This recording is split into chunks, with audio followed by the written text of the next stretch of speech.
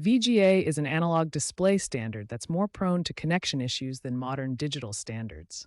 Common problems include loose connections, damaged pins, faulty ports, and poor quality adapters. The first step in diagnosing VGA issues is visual inspection. Start by examining your VGA cable for any obvious damage, bent pins, or loose connections. Next, inspect the VGA port on your monitor. Look for any physical damage, debris, or bent pins inside the port.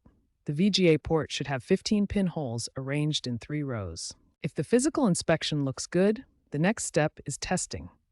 Try a different VGA cable if you have one available. This helps determine if the issue is with the cable or something else in the connection chain.